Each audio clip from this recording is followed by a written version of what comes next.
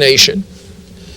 Naturally. I was born in Ukraine. Odessa is a Ukraine, and in Ukraine there is a lot of persecution and animosity towards Jewish people, especially in Odessa, where there was a greater Jewish population. Now, I'm told that every other person in Odessa has Jewish blood. Is that true?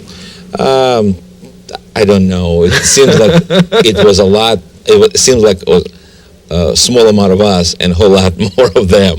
How did you become a champion gymnast? Well, I simply, at one point in my life, enrolled into what is natural for the Soviet boy to do, just the gymnastic. Actually, it's acrobatic, or it is called in the United States acro-gymnastics. Were your parents athletes? My parents both doctors. My father's a doctor, a radiologist. My mother's a dentist. So naturally, they did not like that. Especially, what is a Jewish boy doing in this sport, you know? And especially when you wound up in the circus. And eventually, yes. Eventually, I actually was invited to Moscow Circus. But I started out just trying just for my physical improvement, and I was just very good at this. And I was just good at this, and I began to grow in this sport, and eventually went from Odessa to Volgograd, where I finished University of Physical Culture and Sport, where during my university years I progressed tremendously in the sport, and I became a national champion among the schools of highest athletic achievements. I was master of sport of the entire Soviet Union. Well, why did you want to leave? Well, after I became a member of a national Soviet team, Moscow Circus, and finished Soviet Army, Moscow Circus invited me, which I was very happy. I was really happy to go to be with Moscow Circus. It was a tremendous experience for me. We traveled, but not that long after I became a part of Moscow Circus. One of acrobats work in partners. If you see the 3 or 4 people working, throwing each other in the air and catching. Well, yes. One of my partners called me a dirty Jew. And that hurts. I heard that name before from a very young age. When I was first maybe 4 years old, little boys called me, that I was Jewish in a nasty way. And that's how I discovered that I was Jewish. I asked my parents. So you weren't raised with the Jewish holidays or bar mitzvah or things like that? No, we had Passover at our home, kept very quietly among ourselves, and not much ever talk about God at all. So I was born into atheistic home, even though my great-grandfather was a rabbi in the Tsar's Russia. So your partner, your close partner, calls you a dirty Jew. He calls me while we work in Bulgaria. We were working in Bulgaria. It was 1972. Everything was going very good for me. I mean, fantastic. I traveled. I did what I do best, and the applause. There was one of the best numbers in the Moscow Circus that I was part of. I was making a lot of money at that time, and suddenly such a fiasco. He got drunk and began to call me dirty Jew. You're a Jewish pig. You're a dirty Jew. Over and over again. Later on, he did apologize, but at that moment when he said that, actually, I started a fight, as I often would do that. I would fight for my nationality, and I had a fight with him, and as we fought, suddenly something struck me. And again, it was a supernatural experience. I felt strongly that what am I doing in this country? I have to leave. Yes, I am a Jew. Was it easy for you to leave the country? It was, my struggle began at that point. Up until this point, everything was smooth. But my struggle began at that point. So I immediately came back. When we came back to Russia, we were in Bulgaria working. That happened. And I felt that, what am I doing in Russia? I have to leave. And I stopped fighting. And kind of a peace came upon me. I just knew that what I have to do, I have to leave Soviet Union. I have to leave Russia. And at that time, Jewish people were leaving, just began to leave Soviet Union. So I left, I went back to Odessa, to Moscow, resigned from Moscow Circus, like did 1, 2, 3, came back, resigned, came back to my city of Odessa, and with ask through my relatives and to give me to send to me an invitation to come to Israel, because at that point we could not go to America. We had to go to Israel. Now, the KGB was very active at that point. Did they give you any problems? We had immediately, I was not able to get any job at all. But you're a champion. How come? They think very little of anyone. They thought at that point very little of anyone that wanted to leave Soviet Union. I was considered to be an enemy of state gymnastics. Just that time, Olga Korbut came into America, and so sure, and I was America's darling. there you go, and everybody suddenly liked gymnastics or that type of activity, and I was also very good. I knew it very well, the sport, and I liked children, and I began to work with them, and actually, I started my own business. By simply writing letters, maybe 500 letters to different people to come to my own school, which I would open in the evening at the gymnasium of a regular school. Wait, you actually trained some of our Olympic people. No, not Olympic, but national champions. You and the world.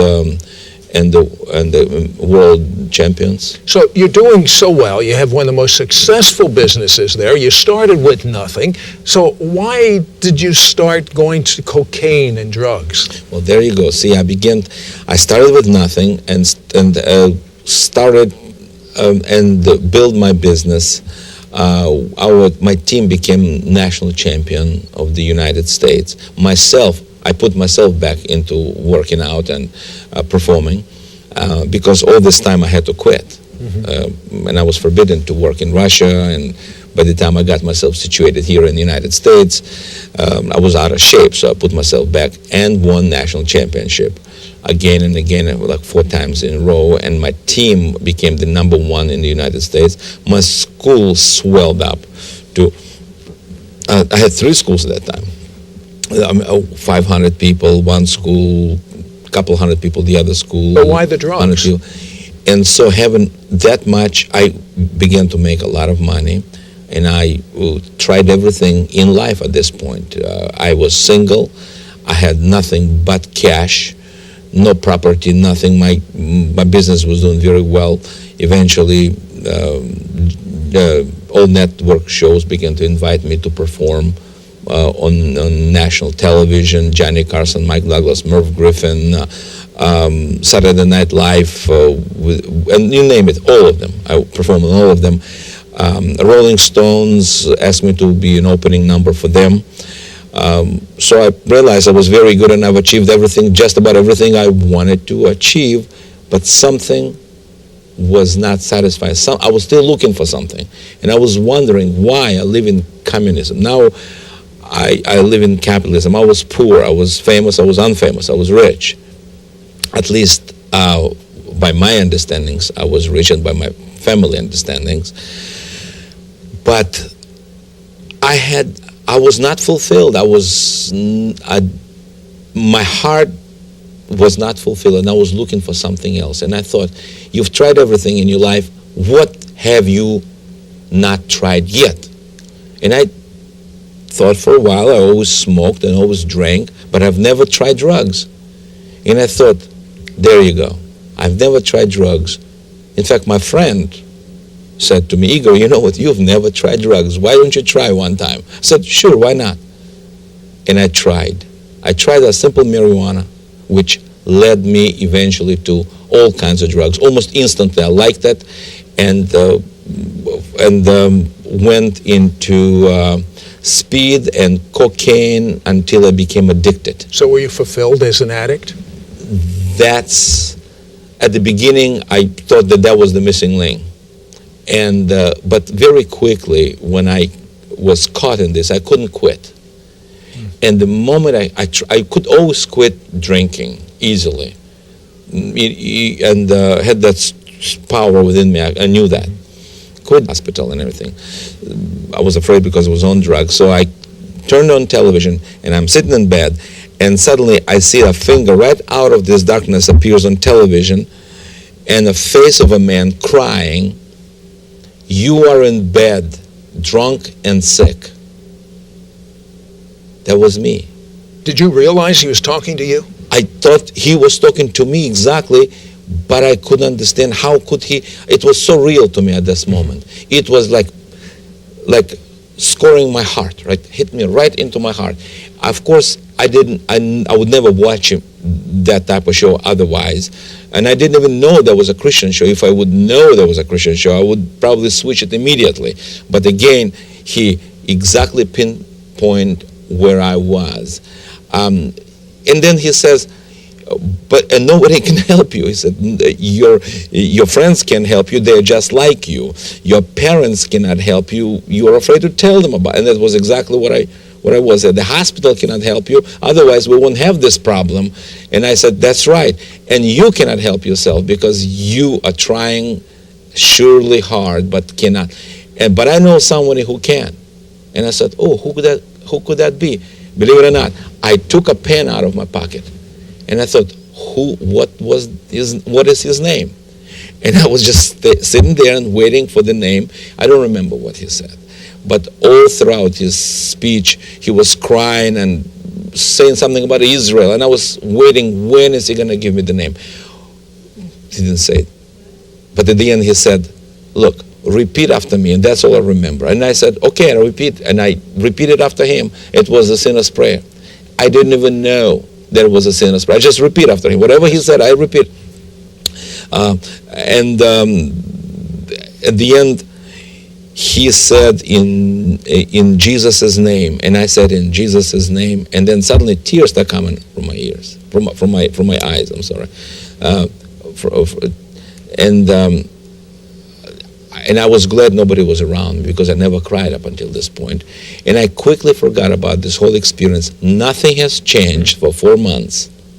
Nothing, absolutely nothing. Just like I even forgot it happened. So you look for a little fun in Las Vegas. You're with a friend, and I guess it's at night. What happened? Right.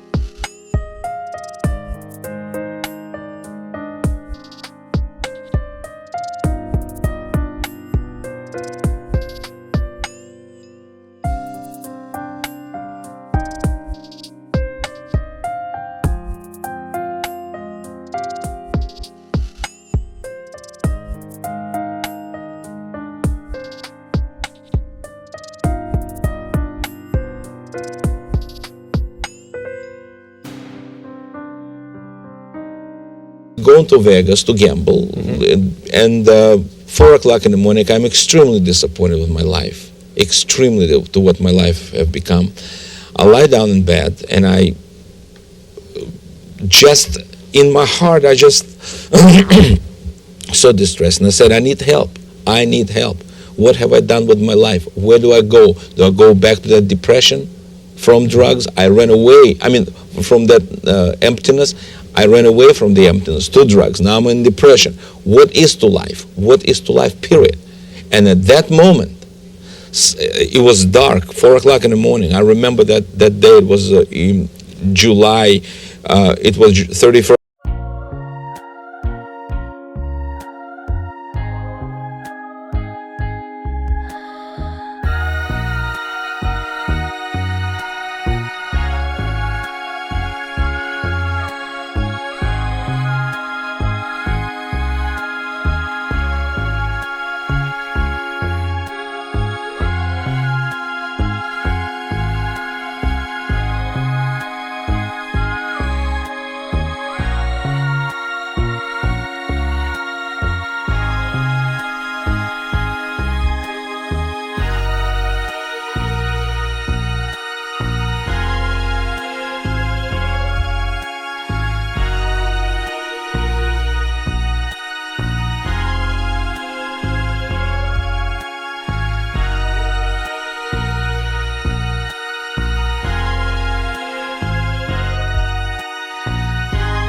1st of July and 1st of August night. It was very dark, and suddenly out of darkness I hear the voice, Igor. Well, first, of course, I thought I cracked up. Had you ever heard a voice like that never. before? I didn't hear. I don't hear voices, and I never heard a voice. Well, anyway, it is. He says, "You just call upon me." And I say, "What is going on? Who am I hearing? Who is it?" I began to wrestle in my mind, and he says, "I am your God." Oh my God! I'm thinking, I cracked up. That's it. That's how it feels when you crack. I mean, just a voice maybe, but God doesn't exist. And I actually said to him, "But you don't exist." You said that? I said verbally. To God, you don't exist. Can you imagine that?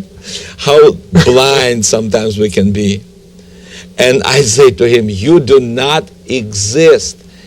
And he said to me, "But what are you going to do with me?"